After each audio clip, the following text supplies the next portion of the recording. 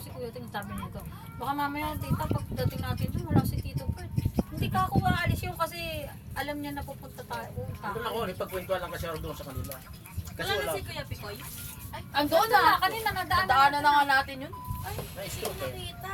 Ang payat ano. Papakita ko na sana na ito na yung payat dati na natatakot sa'yo eh. Takot na takot ako dun eh. Sabi ko eh, diba?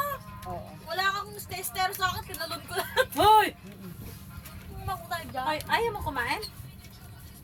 Ha? Mga Kuya Picoy. Sakto lang. Nagda-diet yan. Diet. Huwag na. Huwag na. Umigil ka na. Mamaya naman, Lee. Tingnan mo na kasi ano. Si Odin, tingnan mo. Huwag ka lang sumabay doon, hayaan mo lang siya doon, ha. Tingnan mo lang sa malayo. Eh kung sila Teresa mga kasabay mo yan, kung kumain. Todo. No, si ate. Sila Teresa, Nakasabay ko na dati kumain yun. lakas kumain nila ngayon. Dati hindi naman ganun ang katawan nun eh.